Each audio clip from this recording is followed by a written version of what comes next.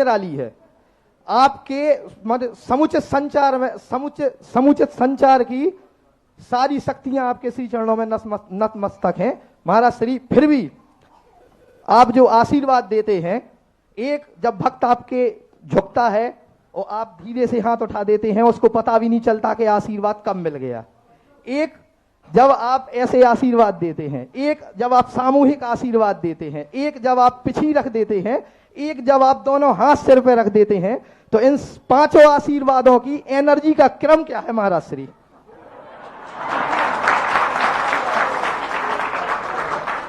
महाराज के देखने से किसी का कल्याण हुआ है ऐसा मुझे कहीं आगम में नहीं मिला है, लेकिन जिसने महाराज को अपनी आंख से देख लिया उसका जरूर बेड़ा पार हो जाता है।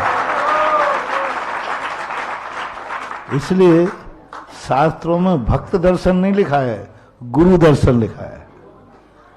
तो भक्त के, और दूसरी बात है, आशीर्वाद की जो एनर्जी होती है वो भावनाओं पर होती है। सामने वाला और देने वाले की दोनों की जो भावनाएं होती हैं, उस समय उनके मन में क्या करुणा है, क्या भावना है, उसमें अंतर होता है। सामूहिक जो आशीर्वाद होता है उसकी ताकत बहुत होती है, क्योंकि उस समय साधु अपनी एनर्जी को इतनी पावरफुल करता है कि वो हजारों लोगों के लिए सफल करने वाला हो। और अब जो सामान्य आशीर्वाद हैं, ये सब कुछ आशीर्वाद तो तुम जैसे बालकों को समझाने के लिए है, क्योंकि तुम जैसे बालक नहीं, हाथ से नहीं चाहिए, पीछे से चाहिए। अरे भाई माथा फोड़ी करेगा, ये पकड़ चल यार। तो कुछ आशीर्वाद तो मानसिक संतुष्टि के लिए होते हैं, लोगों को एक मानसिकता हो जाती है, अरे महाराज जी ने पीछे लगा दी, अरे महाराज जी ने हाथ सिर पे रख दिया, उससे तुम्हारे ऊपर इफेक्ट पड़ेगा। तुम्हारे मन में जो आह्लाद भाव आया, उस आह्लाद भाव से आशीर्वाद की एनर्जी घटती और बढ़ती है। साधु का सामान्यता भाव तो सामान्य ही होता है, लेकिन लेने वाले का भाव क्या है, उसके अनुसार उसकी एनर्जी बढ़ती है और चालू रहती है। एनर्जी सामान्य करंट तो चल ही रहा है, लेकिन पंखे को तेज किया या मद्दा किया, ये चलाने वाले के ऊपर आश्रित रहता है, भक्त के ऊपर ही आश्रित होता है। इसके बाद आमंत्रित है अंशुल जैन मौना टीकमगढ़ से, और तैयार रहें जितेंद्र जैन शिवरार्थी। महाराज श्री के चरणों में कोटि कोटि नमोस्तु, शोल्लक जी के चरणों में कोटि कोटि इच्छामि। महाराज श्री स्वर्ण धातु के भगवान विराजमान करने के लिए सबसे छोटा साइज क्या होता है, और उस मूर्ति के संस्कार करने के लिए पंच कल्याणक में ही विराजमान करना जरूरी होता है, या अलग से भी शुद्धि हो सकती है?